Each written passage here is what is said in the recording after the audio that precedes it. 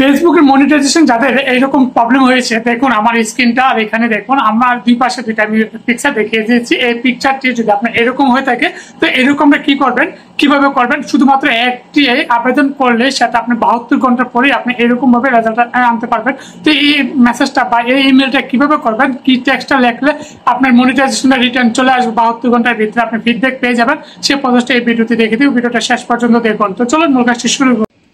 ফেসবুকটা আপডেট করে নেবেন। আর আমি বলে মনে করবো যে আপনি মনিটাইজেশনে আসার পর এরকমটা দেখতে পাচ্ছেন। তো এখন ব্রেকে চলে আসবো, কোথায় ইমেলটা করবেন, কোথায় মেসেজটা লিখবেন সেটা দেখাবো। এখানে ফেসবুকে আসার পর প্রোফাইলের উপর ক্লিক করে আপনি নিচে চলে আসবেন। আসার পর এখানে হেল্প অ্যান্ড সাপোর্টে ক্লিক করে দিবেন।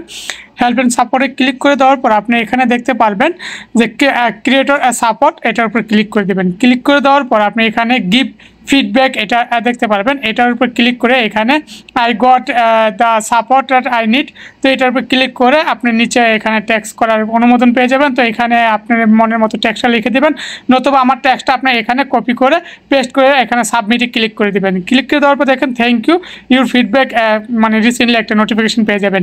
তো এটার জন্য আপনাকে অপেক্ষা করতে হবে 72 ঘন্টার ভিতরে আপনাকে নোটিফিকেশন পেয়ে যাবেন। এবং পেয়ে যাওয়ার সাথে সাথে কিন্তু আপনি মনিটাইজেশন পাবেন কিনা তারা আপনাকে ফিডব্যাকে জানিয়ে দেবে যে আপনার মনিটাইজেশন কি অবস্থা বা কতক্ষণ পরে পেয়ে যাবেন। তো এরকম